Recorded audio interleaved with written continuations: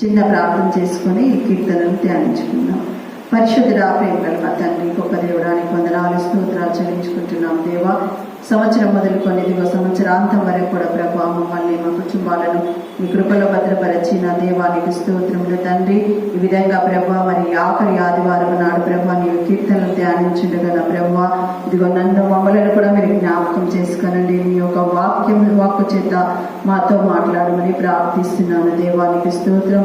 నాయన మీ సన్నిధానంలో నిలబడి ప్రభా నోరు తెరిచుండగా ప్రభా మరి నేను కాదు కానీ ప్రభా మీరే నాయన నీ ఆత్మ చేత అభిషేకించి మరి నాయన నాకును ఉపదేశించమని ప్రార్థిస్తున్నాను. ఈ వాక్యమును ప్రభా మా హృదయంలో భద్రపరుచుకొని వాక్యానుసారంగా జీవించే కృపా ధన్యత మాకు దయచేయమని యేసు పరిశుద్ధ నామంలో అడిగి వేడుకొచ్చున్నాను తండ్రి.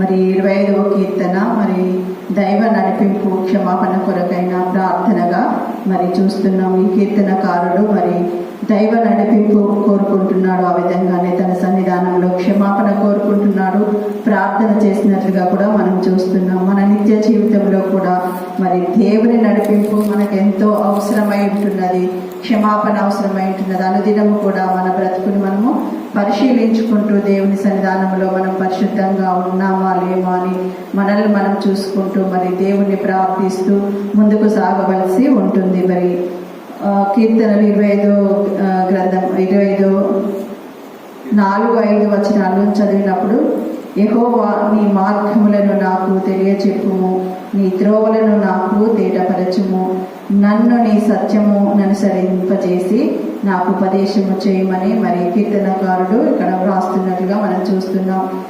ప్రతి నిమిషము కూడా మరి మన మార్గములను మనము ఎటు నడుస్తున్నాము ఎటు ఉంటున్నాము అనేసి మరి తేట తెల్లగా తెలియజేయమని వేడుకున్న విధంగా మనం కూడా ఆ విధంగా ఉండడానికి ప్రయాసపడవలసిన వారమై ఉంటున్నాము. నన్ను నీ సత్యమును అనుసరించి ఉపదేశము చేయము. మరి దేవుని సత్యములో మనము నడుచుకోవడానికి మరి ప్రయాసపడవలసిన వారమై ఉంటున్నాము. అయితే మరి దేవుని నామమునకు స్తోత్రములు. సామెతల గ్రంథము 3వ అధ్యాయము 6వ వచనములో చూసినట్లయితే అప్పుడు